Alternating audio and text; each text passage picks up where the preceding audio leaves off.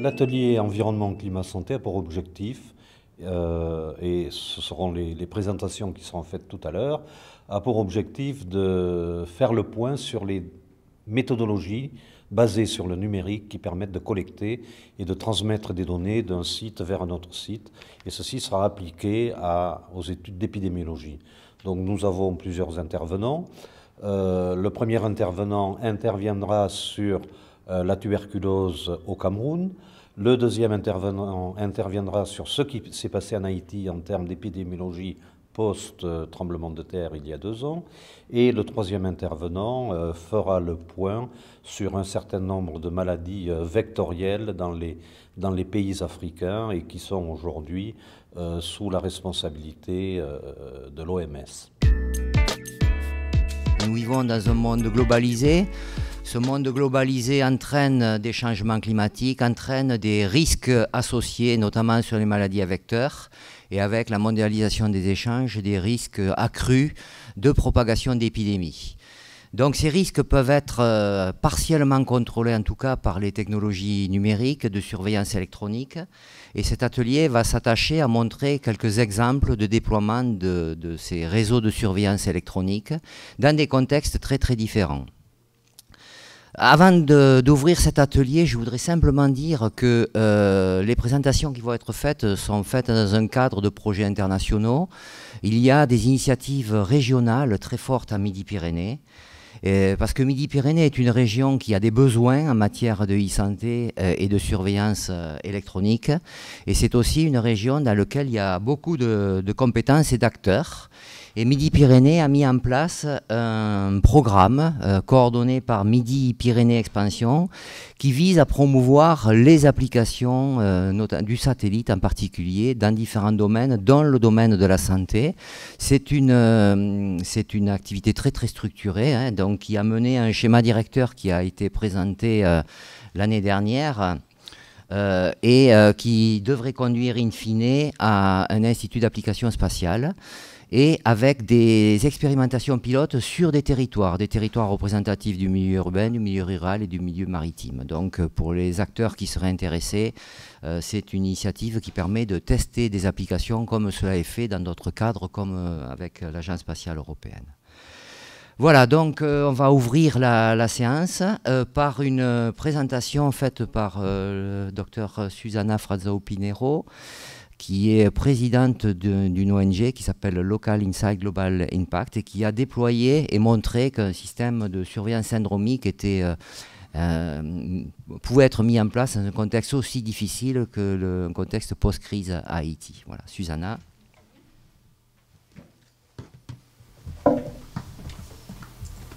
Is it okay? Shall I stand? If I stand?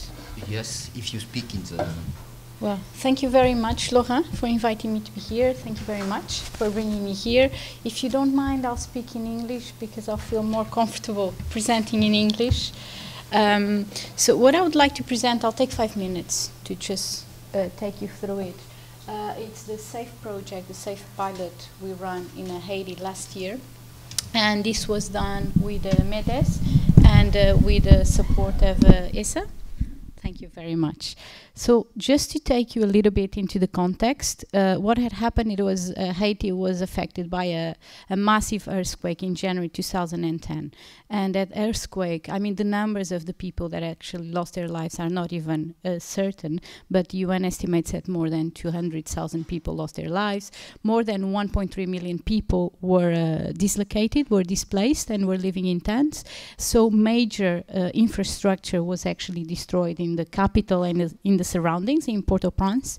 And I just took some images that we took in August 2010. So we were in the ground after the earthquake, and these were some of the images. And when we look at this is actually, I mean, there's several issues with this, but one of them is in terms of public health, what is going to happen.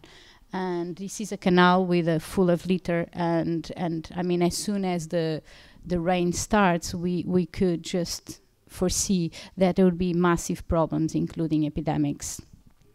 So what we thought is that there are enormous challenges in terms of healthcare in this particular scenario. There are actually present in other scenarios too, but there are also opportunities to tackle some of the healthcare challenges. And some of the challenges we saw is that there was no integrated epidemiological surveillance system in the country, despite the vast number of conditions and pathologies. There was an insufficient number of healthcare professionals and of equipment. So, and community outreach was actually quite challenged by lack of resources and the distances. So what we sought, and because of our presence in the ground, is whether we could have a grassroots approach where people actually in the community helped recognize or were trained just to report symptoms without requiring healthcare expertise. So they were not diagnoses, they were just functioning as a channel. And this would provide healthcare system with further access to communities. They would be just a channel to transmit information and at the same time help strengthen the local and national health system by communicating the symptoms to healthcare professionals that would then carry out a diagnosis. And so we've developed a system with the MEDES and the ESSA, and the system was developed to detect only symptoms and signs and ensure greater geographic coverage, transmit the information in real time, as this is also key. And then the system in Haiti was based in community leaders and teachers. And this is simply because the ratio of teachers to doctors is approximately 10:1. So basically the teachers seem to cover a lot more and outreach the community, so they would be basically just a channel to transmit information to the doctor or the nurse in the local health center. So basically how the system works, very briefly, the person in the field is just reporting information. It takes about 5 minutes to just press the buttons in the screen. This is then transmitted into a web portal that is at the local health center and at the national system that then provides feedback. And this is all done in real time and is geolocated as well. Main objectives, so we run the pilot for 5 months last year in Haiti. Main objectives were technical ones. It was to test the easiness of the interface, so the interaction, man-machine interaction, whether it was really possible and feasible to train non-health professionals to just communicate symptoms, test the potential for community outreach and epidemiological surveillance, and then provide recommendations for a sustainable service. What we saw in the 5 months is that we had more than 4,300 entries of symptoms and signs from the 10 terminals. I'll just going too quickly, but I'll just show you, these are the terminals, that's how we chose them. The way we chose the terminals was, so this was in Carrefour, a region that is about 11 kilometers from the capital, and we chose people that were up in the mountains to test how robust the system was, and we chose people that were also more closer to the capital, so to really have an idea of how robust the system was. We've also integrated a satellite phone for emergency situations and more remote areas. So this is what we saw. We saw an incredible number of symptoms being entered. What we saw also as we trained the teachers to report the symptoms as they interacted with the phone, it took an average of 10 minutes to train them. So the system is actually incredibly easy to use. And what we also saw, it's because of the amount of data that was being generated and in real time, this has got the potential to actually conduct syndromic epidemiological surveillance. What we think is really interesting here, and in discussions with healthcare professionals in Haiti, what we thought was really interesting is that we picked up some symptoms that the Ministry of Health and the local health centers were not really observing because they don't have these systems in place, and some of the aspects actually are more tied to public health as well and living conditions, and this was actually very interesting for us to see as well. So we also think that this has the potential to function as an epidemiological surveillance and a public health tool. We also then we can aggregate and disaggregate data because all the data is then in the portal. People analyzing it are healthcare professionals, and they can aggregate and disaggregate data. So just look at some of the symptoms that are occurring, and then add layers of diagnosis to this. But for this, we already require the healthcare expertise. Let me know if I'm going too quickly. And then I'm just wrapping up, basically, just a few key lessons. This was an incredibly complex scenario because it was Haiti already had a lack of infrastructure before the earthquake. After the earthquake, this infrastructure was even more affected. And the scenario was particularly complex as well because we were also working in villages and in rural areas where traditional medicine and traditional concepts are very much rooted. So we actually, some of the teachers we work with, they actually reached out to the school directors, to the voodoo priests, so they actually had the buy-in of the technology. So I think from our perspective, this was actually quite a successful pilot in terms of the operation itself and in terms of the data collected and all the objectives we had. We actually observed that, yes, we can interact easily with the screen and we can actually collect a lot of data. And the local healthcare system then actually told us that they see a lot of potential and a lot of value added in a tool like this for different reasons, because they actually allow them to understand what is happening where and what frequency, so they can redirect resources better, but also it's organizing their patient digital records, which we were explained that they don't have. They don't even do it manually because they don't have the time. So it has actually more, we had actually better feedback and more added value than we even expected. So we think this was a successful pilot and it's got potential. Now we need to see further in a full-on implementation. So it's got potential for full follow-up applications. Some of the key lessons that we learned that we think are really, really important for both scaling up and then replicating in other places is that it's really important to ensure the reliability and quality and sense of the data being reported. This is key. Involvement of both local and national structures, it's also key, and links to foreign expertise, it's very important because it's going to add another layer of value. Involvement of teachers and communities in areas with lack of healthcare professionals, this was also very important to make sure that we can outreach. Presentation to all the players in the communities, this was also an important part. Our local coordinator in Haiti was actually Haitian. This is obviously another aspect that is very, very important. A good understanding of the expectations of everyone involved. And then the importance of training locally, both in health and ICT and in monitoring and evaluation and keeping records. These are also aspects that we incorporated. And obviously monitoring and evaluating the progress. So these are all aspects that we thought were very important. And then last but not least is the financial sustainability. I think that's the key answer in this project, but also in so many projects in mobile health and electronic health. It's the sustainability of these projects. Some of the aspects we believe, and I'll just focus for a few seconds on this point.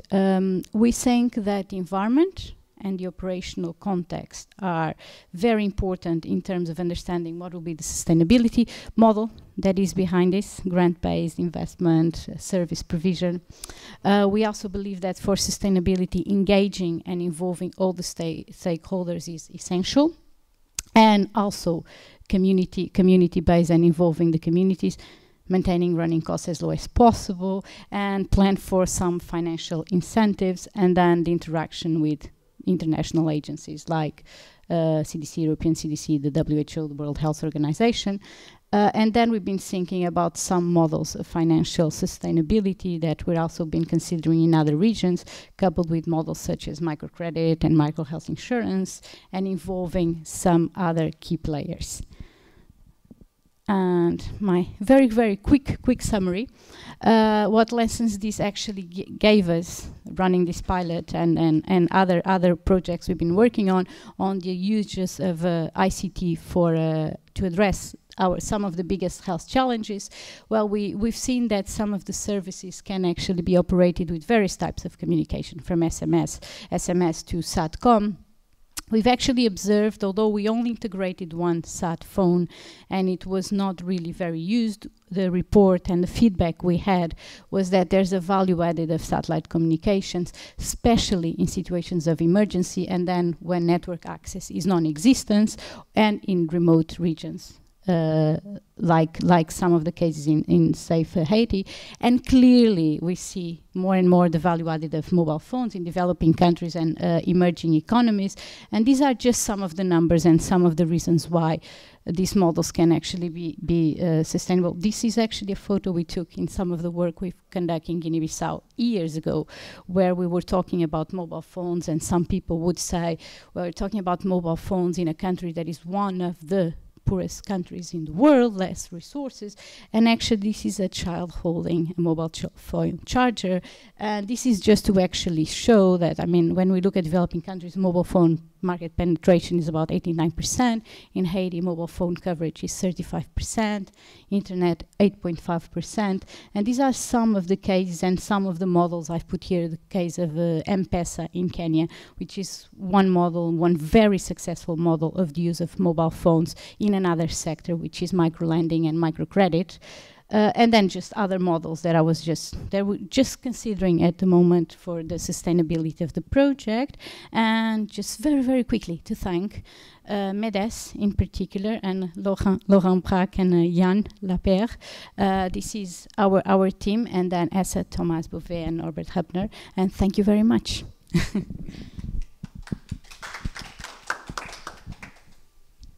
So thank you, Susanna, and also thanks to the people in Haiti who are very professional in this project and in very tough situations. I don't know if there are some questions on the floor. You speak about sustainability.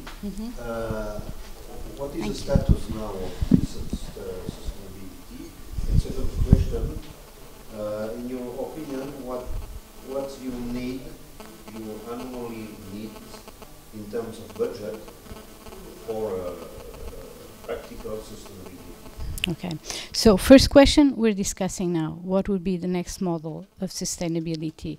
I mean, I think Laura can also jump in at any time, because these are discussions that we're having together. Our initial approach for an implementation in Haiti is ideally doing it probably with an international organization.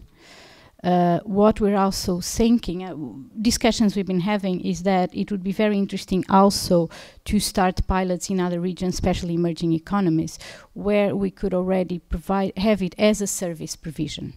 So the model itself becomes more financially sustainable, hence more operationally sustainable. Budget, we haven't, I don't think we can say yet what the cost would be.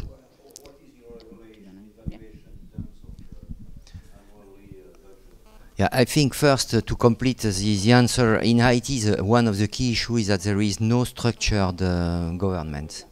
And one way we think this project could be sustainable is as a follow-up of structured projects, like the project that is carried out with Academy of Science, where there is a structure and responding persons in Haiti. And concerning the operation costs, what we try to do, and I think is a model we have to work out all together, is to limit this cost at a maximum. We think that the deployment of mobile phones will be very, very broad and general in these countries, and then the cost is the incentive and the running cost of such sending of messages, and we should be able to run such systems within some tens of thousand euros, more or less to give an idea.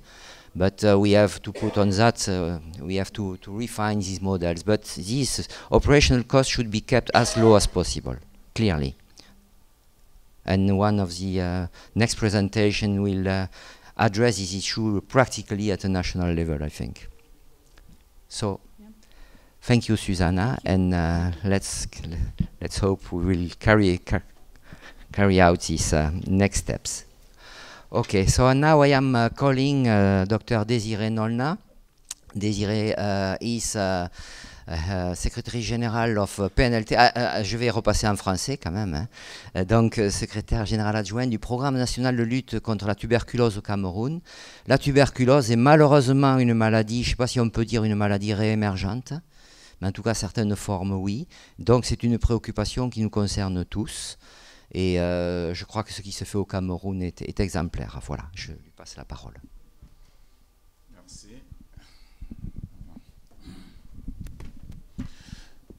Bonjour à tout le monde. Je vais vous présenter le travail que nous avons fait en collaboration avec le MEDES, l'Université de Yaoundé 1, le Centre Pasteur du Cameroun et le Programme national de lutte contre la tuberculose. C'est une étude de la mise en place d'un réseau électronique de surveillance des maladies, le cas spécifique de la tuberculose. Donc, nous allons rapidement voir un tout petit peu ce que c'est que le Programme national de lutte contre la tuberculose. Et puis, je vous parlerai des apports de Expand TB Cameroun, qui est un projet autour duquel nous avons travaillé ensemble avec des partenaires. Les espoirs de EPICAM, qui est né du premier projet que nous avons baptisé Expand TB. Et enfin, nous terminerons la présentation avec quelques perspectives. Le Programme national de lutte contre la tuberculose du Cameroun, c'est un laboratoire national de référence qui est le Centre Pasteur de Yaoundé. C'est aussi 3 laboratoires régionaux de référence et 223 centres de diagnostic et de traitement de la tuberculose. Ces centres sont naturellement équipés chacun d'un microscope et d'un service de prise en charge thérapeutique. Les données sont collectées sur des formulaires papier et des registres, des supports durs. Et plusieurs rapports à périodicité bien précise sont édités, des rapports de dépistage, les résultats de traitement, des rapports sur le laboratoire et d'autres indicateurs. Voilà l'ensemble des 223 CDT répartis sur l'ensemble du territoire. Ici, c'est la carte du Cameroun. Et dans chaque région, vous avez en noir le nombre de centres de diagnostic et de traitement correspondants. La collecte et l'intégration des données se fait, comme je vous l'ai dit, de façon très archaïque sur la base des rapports. C'est parfois les fichiers Word ou bien Excel. Nous avons des bases de données assez rudimentaires dont les centres qui reçoivent les malades transmettent ces données au niveau régional par route. Et puis les régions consolident et via Internet peuvent transmettre ces données au niveau central qui en fait une analyse et puis un feedback qui retourne au niveau des régions et des CDT. Donc ce processus dure généralement beaucoup de temps. Le minimum, c'est très souvent 3 mois. Quelques données chiffrées des réalisations du programme. C'est donc ça. Le Cameroun détecte en moyenne 25 000 nouveaux cas de tuberculose, toutes formes confondues, chaque année. Et parmi ces 25 000, il y a 15 000 cas de tuberculose contagieuse. Donc c'est à ce type de... c'est à cette forme que nous nous attaquons parce que c'est elle qui perpétue la maladie dans la communauté. L'OMS pense que nous devrions détecter en moyenne 350 cas de tuberculose multirésistante par an, mais actuellement, nous sommes à 75 et les années 2009 et 2010, nous avons eu un total de 68 cas de tuberculose multirésistante, avec un taux de guérison de l'ordre de 90%. Heureusement, nous n'avons pas encore détecté de cas de tuberculose ultra-résistante. Le réseau de surveillance de la tuberculose jusqu'à présent, avant l'arrivée du METES, était basé sur une gestion essentiellement manuelle des données, avec des formulaires papier, je vous l'ai expliqué tout à l'heure. On sait tous quels sont les risques que ce type de gestion présente. Il y a des risques d'erreur, des données manquantes et parfois des données qui sont dupliquées. Nous avions jusqu'à présent des difficultés à référer les malades qui partent d'un centre A vers un centre B. Ils y arrivent, mais très souvent, nous n'avons pas le feedback de l'issue de leur traitement. Les statistiques jusque-là étaient produites de façon très tardive et lorsqu'elles sont produites, elles nécessitent un processus de validation qui, je vous l'ai dit tout à l'heure, dure en moyenne 3 mois. Et il n'était pas également évident d'orienter un malade auprès d'un centre qui soit proche de son lieu de résidence. Ça également, c'est des difficultés auxquelles nous sommes confrontés. Et il y a une faible implémentation de la stratégie de communication entre les soignants et les malades. Dans les apports de Expand TB, qui est un projet que nous avons développé en partenariat avec l'OMS, qui était le principal bailleur, avait pour objectif d'améliorer la gestion des données de laboratoire pour les patients atteints de la tuberculose multirésistante. Et donc, le MEDES a réalisé, a développé la solution. Le PNLT a défini les besoins et a mis en place le réseau. Le Centre Pasteur nous a appuyés dans l'évaluation et l'utilisation du système.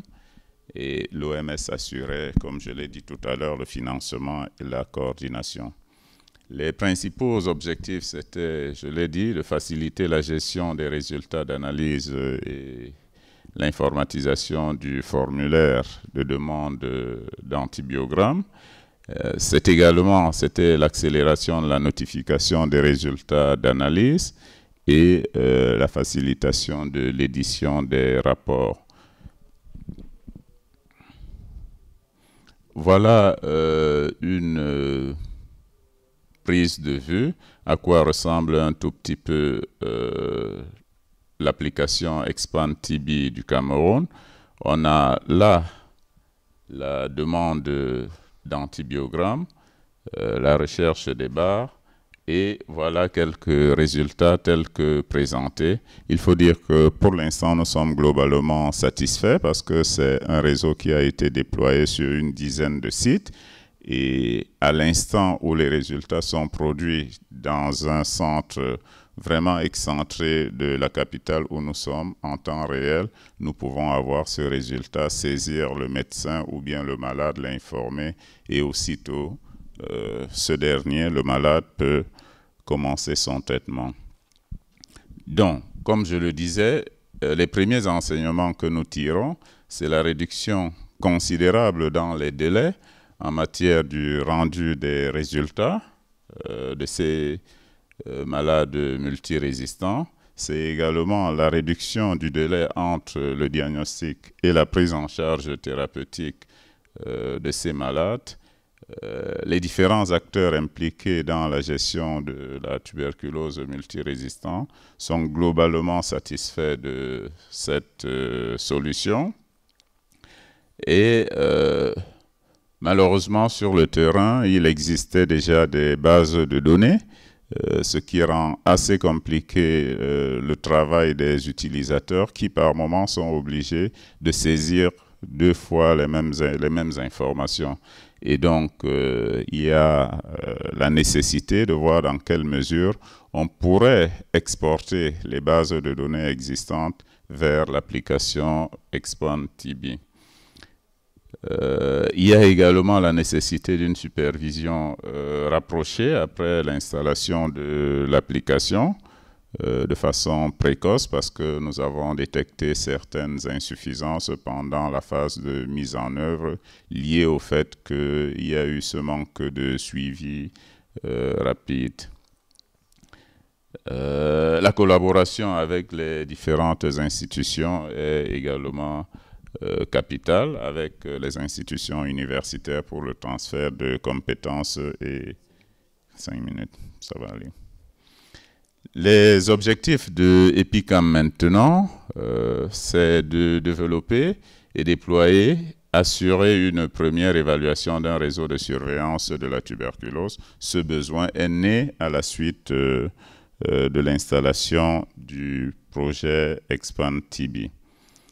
Les objectifs spécifiques, c'est la mise en place du réseau, c'est l'obtention également de 2 thèses de doctorat chez les chercheurs de l'université, c'est la contribution technologique à l'amélioration de la plateforme et la présentation de transferts de technologie à des ingénieurs et utilisateurs académiques ou industriels.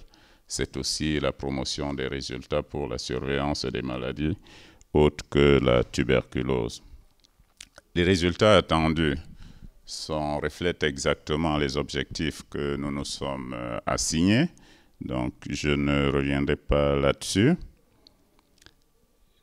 Sur le plan santé publique, nous attendons que soient collectés, vérifiés et synthétisés des rapports en matière de lutte contre la tuberculose et que ces rapports soient disponibles à tous les niveaux à des délais bien requis. Et donc, on passera certainement du délai de 90 jours pour la validation de ces données à un délai beaucoup plus raisonnable, peut-être de 15 jours. C'est également l'amélioration de la gestion des stocks en matière de médicaments antituberculeux. C'est la géolocalisation des CDT, comme on l'a dit, pour les malades. C'est également de permettre au programme de choisir les candidats à une session de formation parmi le personnel non formé. C'est également de faire interopérer le système avec les autres plateformes existantes ou des potentielles plateformes en perspective. C'est aussi d'implémenter la stratégie de sensibilisation des malades et des personnes à risque par l'envoi des SMS ou des rappels de traitement ou bien des quiz. Et enfin, c'est de déployer le système dans une trentaine de centres, mais cette trentaine de centres représente pratiquement 80% de la production des données du programme. Voilà à quoi il va ressembler un tout petit peu le système qui permettra non seulement de collecter des données, mais d'éditer des rapports assez régulièrement et il nous aidera également à gérer l'information l'information sanitaire sur le plan géographique. C'est l'architecture du système d'information qui sera généré. Je ne suis peut-être pas celui qui devrait présenter cette slide, mais il faut dire que ce système pourra bien fonctionner en mode connecté, tout comme en mode déconnecté, et peut utiliser des smartphones pour la collecte et la transmission de l'information. Les perspectives, c'est la pérennité de cette technologie, via un transfert de technologie et de compétences. On l'a dit à travers la formation de 2 thèses en doctorat. C'est également la formation d'une vingtaine d'utilisateurs industriels et académiques à la technologie. C'est la formation d'une trentaine d'utilisateurs dans le domaine de la santé. Mais le hic reste naturellement le financement, qui est la pierre angulaire et on pense que ça reste le gros problème pour la pérennité de ce projet. Autre perspective également, c'est la migration vers un système de surveillance intégré des maladies au niveau du Cameroun, parce qu'on ne compte pas se limiter uniquement à la tuberculose. Il faudra associer les autres maladies contagieuses ou bien épidémiques et endémiques, et pourquoi pas ouvrir cette migration vers les maladies chroniques que sont le diabète, l'hypertension artérielle. Donc, et au vu de l'évolution technologique de la téléphonie mobile et même de la mobilité des patients, nous restons convaincus que ce type de réseau est appelé à se développer. Donc, voilà en gros résumé ce que nous faisons au niveau du Cameroun et l'apport que les technologies de l'information et de la communication nous apportent au niveau du programme tuberculose. Merci.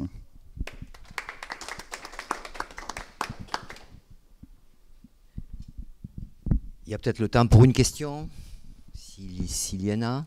Ok. Bon, je propose de passer à la présentation suivante. Merci Désiré. Donc la présentation suivante va être faite par Else Duchesne. Donc elle, c'est, on va dire, expert en modélisation.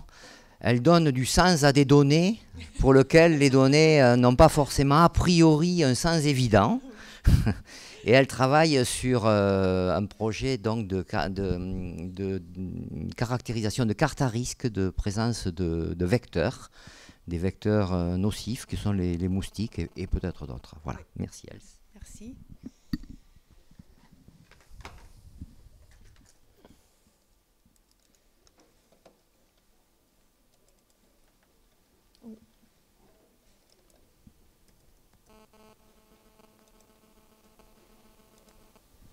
Voilà, merci. Je voudrais d'abord remercier l'école ISIS pour l'invitation et notamment aussi Laurent Braque pour cette opportunité de présenter VecMap, ce qui est un logiciel notamment pour cartographier les vecteurs des maladies émergentes mais aussi des maladies endémiques, par exemple le Lyme.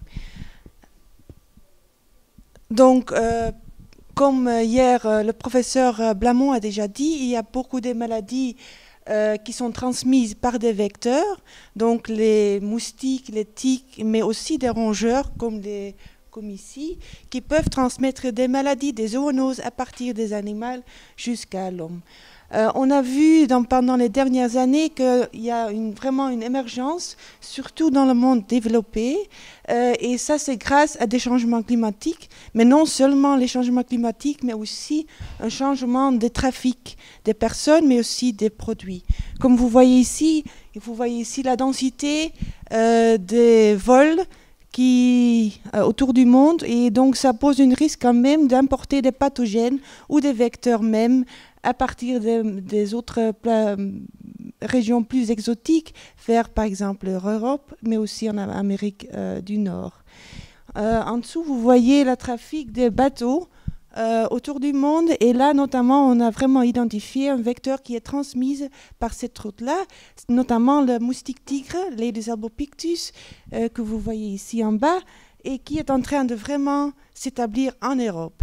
Ce moustique est d'origine en Asie, mais il est déjà établi en Amérique du Nord et aussi également en Europe. Au début, c'était seulement autour de la Méditerranée, mais on a vu depuis quelques années, depuis 5 ans déjà, qu'il était maintenant vraiment en train d'envahir en France, en Espagne et même en Allemagne. Donc ça pose quand même un souci parce que ce moustique notamment peut transmettre par exemple de chikungunya. On a eu déjà une épidémie en Italie il y a quelques années et où je crois bien qu'il y a 2 morts et une centaine de personnes qui sont touchées par cette maladie. Donc voilà, il y a vraiment un souci à partir de ces maladies émergentes transmises par des vecteurs. Donc, quel est le problème? Il y a vraiment un besoin pour l'information détaillée sur la distribution et l'abondance de ces vecteurs de maladies, Mais pour faire cet effort, ça coûtera très cher parce qu'il faut avoir des moyens pour faire le travail sur le terrain, pour vraiment trouver où se trouvent ces vecteurs. Et donc, c'est pas facile à faire. Les coûts, on peut les réduire par optimiser la stratégie d'échantillonnage et de créer des modèles spatiaux en utilisant les données satellitaires. Mais pour faire cela, il faut avoir une expertise assez spécialisée et il faut avoir accès aux données qui sont nécessaires pour créer ces modèles. Donc, on a vu que sur les dernières années, il y avait quand même des outils qui étaient disponibles, mais ils étaient un peu partout sur le web, ils n'étaient pas intégrés et c'était difficile de combiner les outils l'un avec l'autre pour, à partir des données du terrain, créer des modèles spatiaux pour créer des cartes à risque. Quel est le principe? Vous voyez ici un exemple en Kenya, où on a un tic qui s'appelle Ripicephalus appendiculatis, qui peuvent transmettre la fièvre de la côte de l'Est, East Coast Fever. Et là, on a un archive des données historiques avec présence et absence. À partir de ces données de présence et absence, on peut extraire des variables sur l'environnement, non seulement la météorologie, mais aussi, par exemple, distance à l'eau ou la présence du bétail, par exemple. Et on peut créer ces données input prédictives, ces variables prédictives, à partir des données satellitaires. À partir de cette extraction, on peut créer des modèles de probabilité de présence, comme vous voyez ici.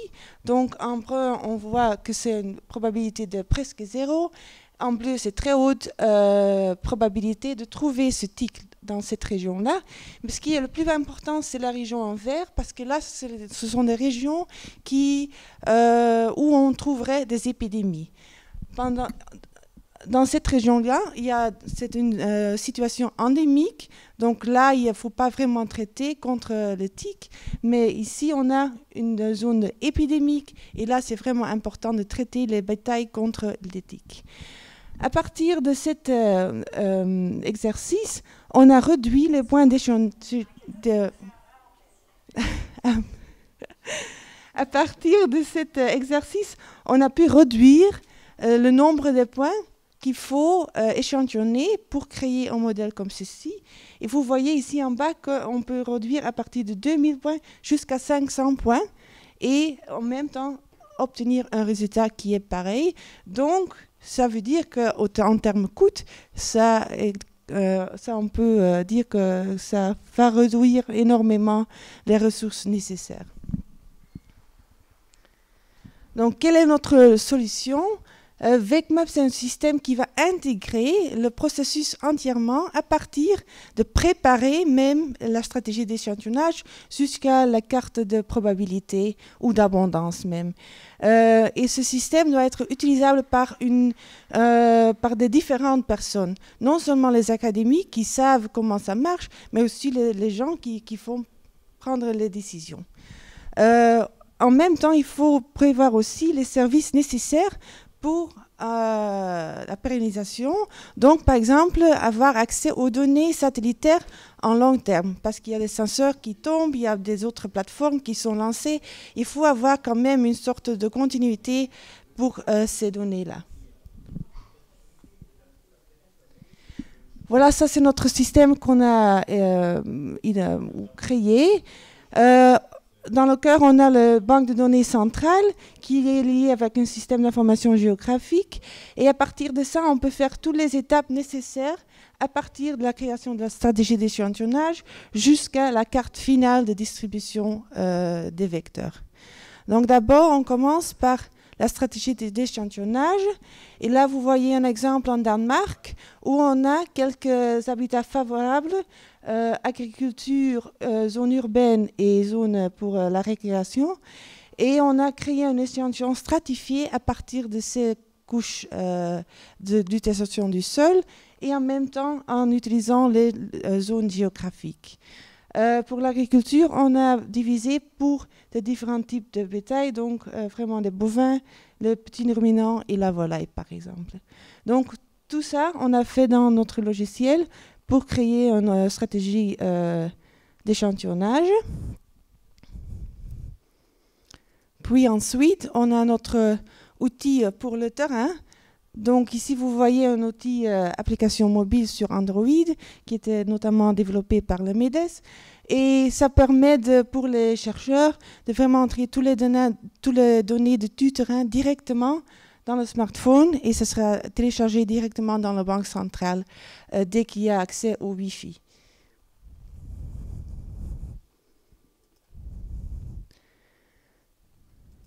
Puis, dans le laboratoire, il faut identifier tous les moustiques, tous les tiques qui sont récoltés sur le terrain. Donc, vous voyez ici l'interface pour lier les données du terrain, la géoréférencement, avec le contenu de chaque échantillon, donc le nombre des espèces et quels spécimens sont trouvés.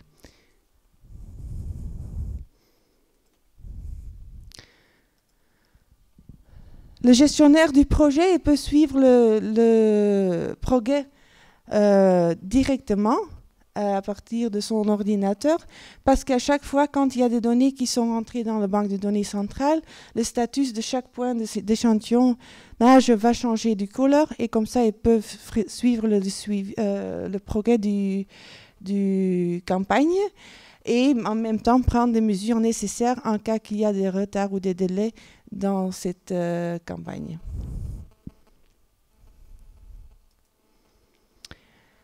Ce qui est important à dire, c'est que WebMap peuvent créer une communauté entre les partenaires. Pourquoi?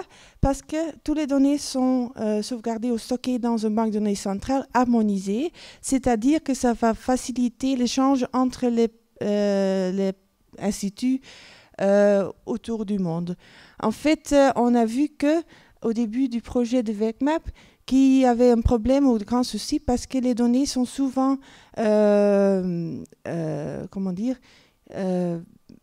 bloquées pour diffuser entre des instituts, par exemple.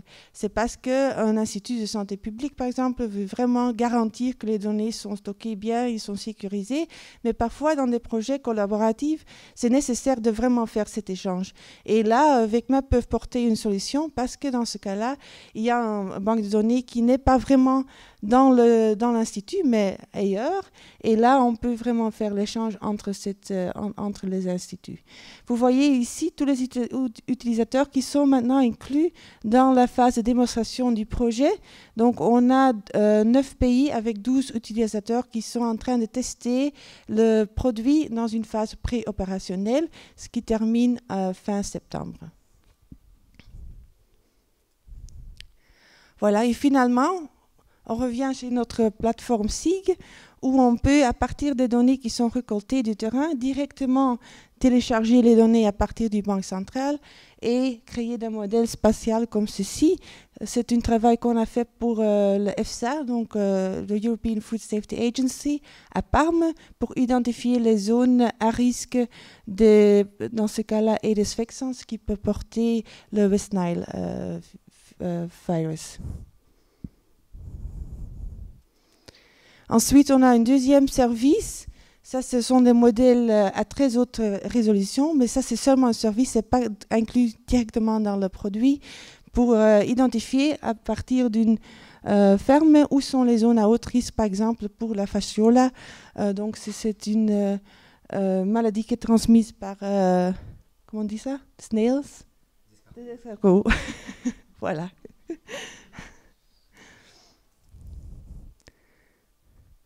Voilà, on n'a pas fait ce travail seul.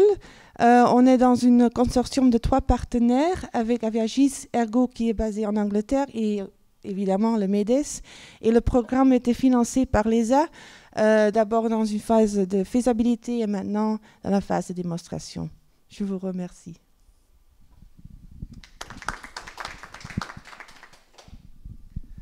Merci Else. Je crois que ce projet est très illustratif du besoin de démontrer en situation réelle des services qui sont complexes pour aller vers un produit et un service pérenne.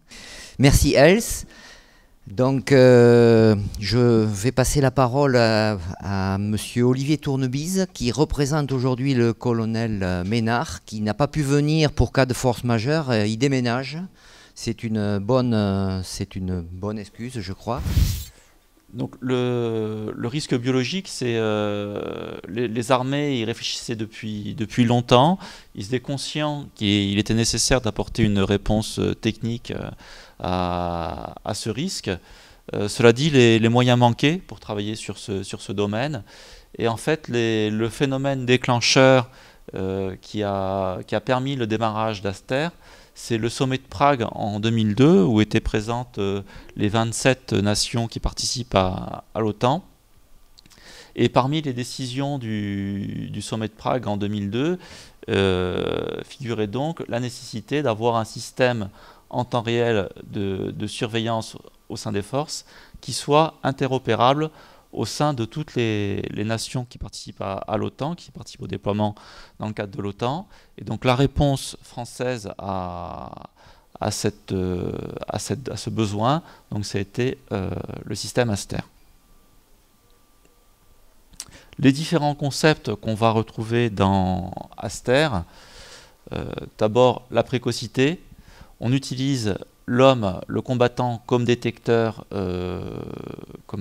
comme alarme. Donc dès qu'un combattant est malade, dès qu'il devient un patient, en fait, il est vu en consultation au niveau du cabinet médical de l'unité, et à partir de là, donc, le cas est rentré dans le système et va pouvoir être pris en compte pour le déclenchement automatique d'une alarme. On verra tout à l'heure un peu plus en détail comment fonctionne Aster.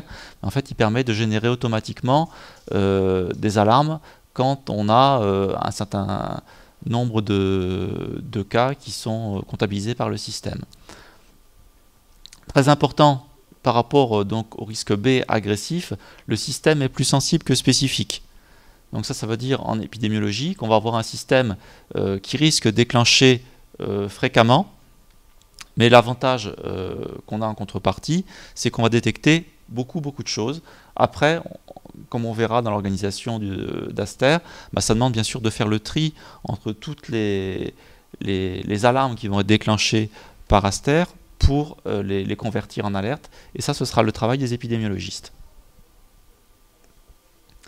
Le système peut travailler en parallèle sur plusieurs menaces infectieuses grâce à l'utilisation de la surveillance syndromique. Le système n'est pas entièrement automatique. Il est basé donc sur la cellule épidémiologique, donc sur des épidémiologistes qui vont convertir l'alarme qui est déclenchée par le système électronique, en alerte, qui elle après va être propagée dans la chaîne de commandement pour que des mesures soient prises. Le concept important, c'est être capable de réagir dans une fenêtre d'opportunité, de réagir rapidement, de manière à pouvoir prendre des mesures. Le système est fait pour être réactif. Il ne s'agit pas uniquement de constater les dégâts a posteriori, mais de détecter la menace, de détecter le problème rapidement pour pouvoir agir et donc prendre des mesures. C'est la notion très militaire de command and control, donc connaître les risques pour pouvoir agir à temps. Au niveau de l'architecture, en fait, on a deux systèmes qui cohabitent et qui communiquent. Il y a d'abord un réseau de déclaration et ensuite un réseau d'analyse. Le réseau de déclaration, comment il fonctionne? Il est basé sur les consultations dans les cabinets médicaux des unités. Donc dès qu'un soldat, dès qu'un combattant est malade, il est vu par un médecin militaire. Et donc les données, qui sont les données de surveillance syndromique, sont saisies dans Aster. Donc il y a les données purement médicales, et ensuite on va avoir des données autres sur l'état civil du patient, le géoréférencement du cas, etc. Ces données ensuite vont être analysées dans le réseau d'analyse C2SA. Donc en fait là c'est un ensemble de web services qui en temps réel analyse les données en provenance des différents cabinets médicaux d'unité pour générer les alertes. Au niveau de l'architecture des réseaux, donc on voit ici un exemple avec plusieurs réseaux qui ont été déployés. 2SE-FAG, c'est en Guyane. FAG sont les forces armées en Guyane, dont on voit un déploiement aux différents des unités, ou même au niveau des missions de terrain avec des terminaux durcis. Les données sont transmises en temps réel à Marseille, au CESPA, où elles sont analysées, et ensuite les alertes donc, peuvent être retransmises aux différentes chaînes de commandement. Là, on a un autre théâtre d'opération avec Djibouti, et là, un exercice interallié dans le cadre de l'OTAN qui a été fait au Kosovo dans le cadre de la KFOR. En termes d'interface, on voit ici là, une des principales interfaces qui est à la disposition de l'épidémiologiste. Donc, on a en colonne les unités. Donc là, par exemple, c'est Djibouti avec la 13e demi-brigade de la Légion étrangère, avec le régiment interarmé d'outre-mer. Et ici, les syndromes. Et on voit ici cette légende. En vert, on a une situation nominale, c'est-à-dire qu'en fait, on est sous le seuil, puisque le système en fait, a des données historiques. Et là, donc, en fait, c'est qu'on est sous l'attendu, en fait. En orange, on est en préalarme, c'est-à-dire que le système a détecté qu'il commençait à se passer quelque chose, mais c'est pas encore vraiment, on n'est pas vraiment encore dans un seuil de déclenchement. Et en rouge, là, on est en alarme. Donc là, il est en train de se passer quelque chose. Il y a peut-être une épidémie qui est en train de démarrer. Ici, on a un exemple de rétro-information qui est envoyé aux médecins qui participent à la surveillance. Donc toutes les semaines, on leur envoie des tableaux de ce type, avec donc par unité et par syndrome la comptabilisation des cas. Chose très importante dans Aster, Aster utilise une analyse humaine. C'est-à-dire que le réseau, le système informatique, lui, est ici. Il génère des alarmes, mais ces alarmes, c'est très important, doivent absolument être confirmées par les épidémiologistes. On n'est pas encore capable aujourd'hui d'avoir un système électronique qui génère directement une alerte qui puisse être prise en compte par le commandement. Il faut que l'alarme générée par Aster soit, à travers ces différentes étapes classiques de la surveillance épidémiologique, soit convertie en alerte. Ici, on voit l'organisation, bon, je ne détaillerai pas tout, hein, c'est un peu compliqué, l'organisation en fait humaine d'Aster. Donc ici, on a les médecins sur le terrain qui voient les patients, qui voient les militaires et qui saisissent les cas. On a ici le com santé, le commandement santé du théâtre. Et donc ces utilisateurs interagissent de manière à alimenter le système pour qu'ici, au niveau du CESPA à Marseille, on ait les bonnes données pour que le système fonctionne. Un exemple de déploiement, le premier déploiement d'Aster, donc c'était en Guyane en 2004. Donc le réseau a toujours été fonctionnel et est toujours fonctionnel en Guyane depuis donc près de 10 ans. Donc la Guyane aujourd'hui, c'est à peu près 3000 militaires français qui assurent la protection du département. Un contexte très spécifique puisque on est en forêt équatoriale, donc un milieu difficile, hein, on voit sur les photos, avec des progressions qui se font soit en pirogue, soit par marche en forêt. Donc au niveau d'un projet comme Aster, ça inclut des contraintes fortes, puisque le matériel doit être porté à dos d'homme. On a aussi des contraintes en termes d'énergie, en termes de communication, donc on utilise du satellite, de manière à ce que les gens qui font des missions profondes en forêt puissent transmettre les données. Deuxième exemple de déploiement d'Aster, Djibouti, 2 ans plus tard. Là, on a un contexte très différent, puisqu'on est passé du chaud humide au chaud sec et désertique. Un contexte un peu plus favorable, on va dire, pour un projet comme Aster, puisque là, les gens se déplacent en véhicule. Donc on a moins de contraintes sur l'emport du matériel, on a de l'énergie puisqu'on peut utiliser l'énergie des véhicules pour recharger les terminaux satellites, les ordinateurs durcis, etc. En revanche, on est toujours dans un contexte difficile en termes de télécom, donc toujours utilisation de terminaux satellites au niveau des missions de terrain. Autre exemple de déploiement, depuis l'an dernier, la Jordanie, où il y a une centaine de militaires français au niveau d'un camp de réfugiés. C'est l'opération 2SE Tamour. Donc Aster a été déployé. donc pour faire la surveillance au niveau de ces militaires français déployés en Jordanie. Le déploiement est toujours d'actualité. Dernier exemple de déploiement français, le premier déploiement d'envergure en fait qu'on ait eu en situation de guerre, c'est le Mali depuis cette année. Actuellement, je crois qu'il y a à peu près 3500 hommes déployés dans le cadre de l'opération Serval. C'est monté, si mes souvenirs sont bons, jusqu'à 4500 personnels. Donc ça fait vraiment un effectif important en termes de surveillance épidémiologique. Actuellement, il y a 5 postes déployés sur l'ensemble du territoire, et dans les mois qui viennent, ça va monter à 10. Comme on a vu au début de la présentation, donc Aster a été fait en étroite collaboration avec l'OTAN. L'OTAN a un projet très important en termes de santé qui s'appelle MEDIX. Et donc Aster a été conçu pour être interopérable avec ce projet. Et donc à ce titre, bon, je ne détaille pas tous les standards qui sont utilisés, donc à ce titre, prend en compte les standards qui ont été sélectionnés par l'OTAN. Aster a été évalué par l'OTAN. La première évaluation a eu lieu en Guyane en 2005. Donc il y a des personnels de l'OTAN qui étaient venus voir comment le projet fonctionnait concrètement en Guyane. Donc on avait fait des exercices en forêt, on s'était amusé à tremper les PC durcis dans le marigot pour voir s'ils étaient vraiment étanches, etc. Donc cette évaluation a été positive.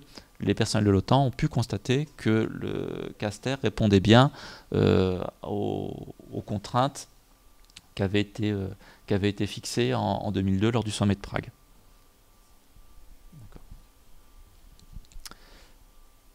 Autre exemple de déploiement d'Aster, au niveau du Kosovo, un exercice interallié en grandeur réelle qui a été fait entre 4 pays, l'Allemagne, les États-Unis, la Pologne et la France, où Aster avait été déployé dans le cadre d'un exercice en 2008 puis en 2010, où donc on a pu voir que le système pouvait fonctionner dans un contexte interallié, puisqu'il était déployé au niveau de chacun des représentations de chaque pays.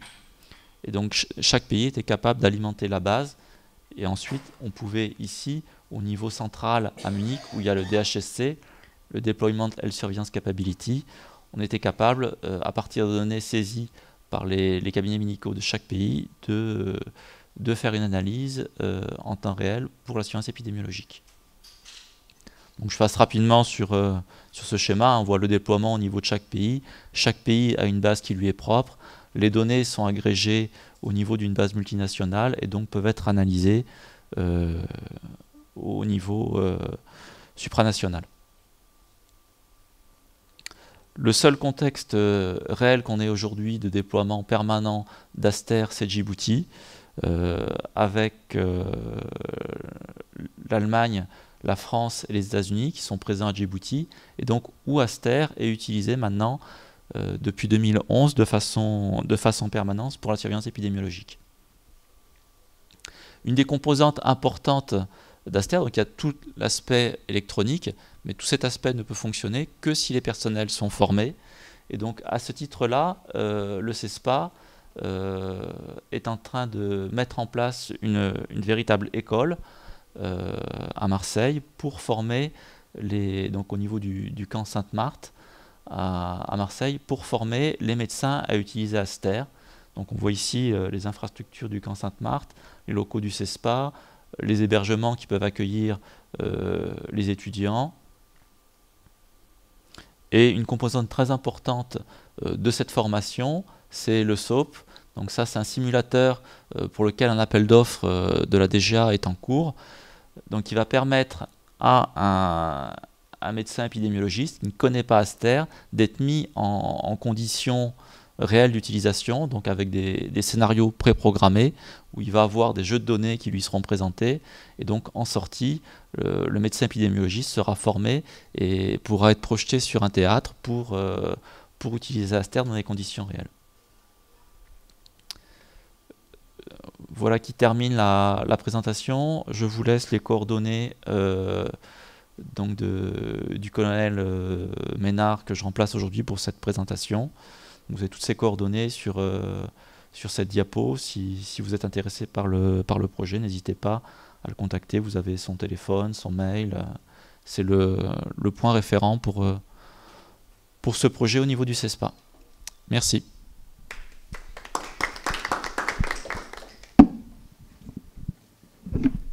Merci Olivier d'avoir aussi bien remplacé le colonel Ménard. Est-ce qu'il y a des questions sur le sujet? Même Tony, on n'a pas de questions. Des questions à tout le monde sauf à moi. Bon. Eh ben, je crois que la session est terminée. Je vous remercie tous pour votre participation et nous libérons la salle. Merci.